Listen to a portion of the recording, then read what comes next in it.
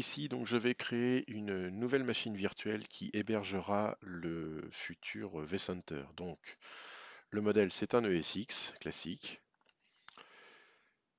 Donc, on change le nom pour que ça paraisse un petit peu plus facile à repérer dans les barres de Workstation. Je vais mettre un disque de 20 Go puisqu'en fin de compte, on s'appuiera sur un SAN qui sera donc simulé par un serveur Ubuntu. Voilà. Et je termine cet aspect-là. Maintenant, je vais éditer les paramètres de ma VM pour, dans un premier temps, modifier la config réseau, mettre une carte en bridge et l'autre carte que je vais ajouter qui va être en host only.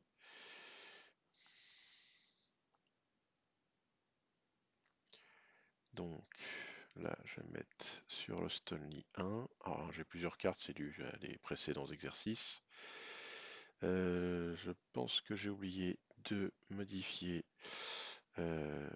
comment au niveau du CD, donc de mettre l'image ISO pointant vers l'ISO donc de l'hyperviseur ESX. Donc je vais chercher ça sur le réseau et c'est bien là l'ISO VM Visor.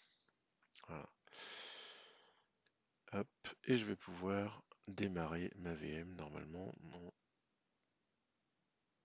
Voilà.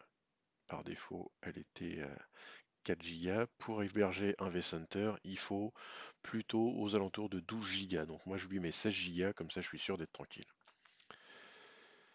Donc voilà, je vais procéder donc à l'installation de mon ESX. Donc une installation somme toute classique.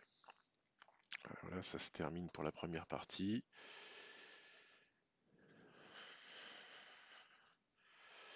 Voilà, donc là, je vais accepter F11 pour lancer l'installation. Je vais installer ça sur mon disque de 20 Go en français. Je crée le mot de passe d'accès à mon ESX, donc pour le compte route, et je valide.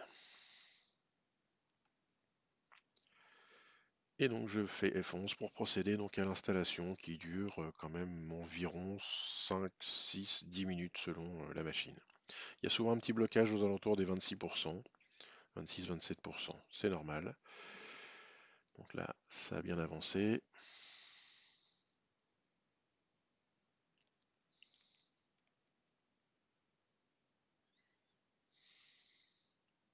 Voilà, l'installation est terminée. Il ne me reste plus qu'à valider pour redémarrer.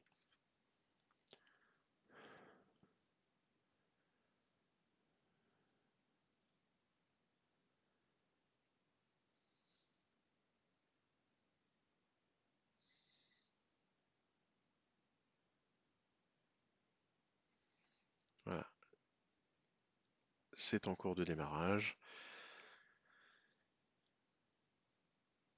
Une fois que le démarrage sera terminé, donc on passera à la phase suivante qui consiste à configurer le réseau, hein, puisque sur mon plateau, je prévois donc une carte WAN pour héberger donc à terme un pfSense et une carte LAN qui sera également la carte de gestion du réseau local du cluster ESX. Donc là, le démarrage est en cours et une fois l'installation, enfin le démarrage terminé, mon ESX sera prêt pour le paramétrage du réseau de management, donc du réseau de gestion de mon ESX. Ce qui fera donc l'objet de la vidéo suivante.